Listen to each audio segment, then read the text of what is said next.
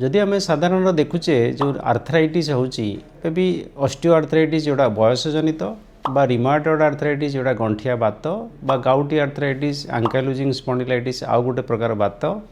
बा आपन post traumatic arthritis जेटा कि एक्सीडेंट परे बा कौन एक्सीडेंट या परे हला तो यही सब कंडीशन रे जेतेबेले आमे भाबुचु जे पेन होची जनकर आंठू बा कौन कष्ट पाउची फुली गलानी ओरलानी आमे तो ट्रीटमेंट साधारण जो ट्रीटमेंट दवा कथा सब दौचु एवं से पेशेंट रिलीफ होची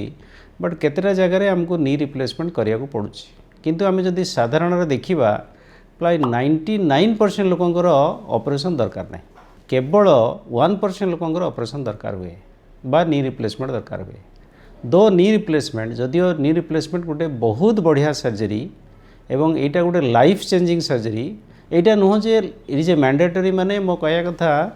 जे एमिति कंडीशन हैला धर हार्ट रे प्रॉब्लम हैला आपन को बाध्य ऑपरेशन करिया पे एटा सेमति नुह एटा होची लाइफ चेंजिंग आपन ऑपरेशन करले आपन को गोटे वेलबिंग लागिवो आपन गोटे भलो लागिवो आपन को लाइफ स्टाइल चेंज हबो जने चाली पर नतला चालिवो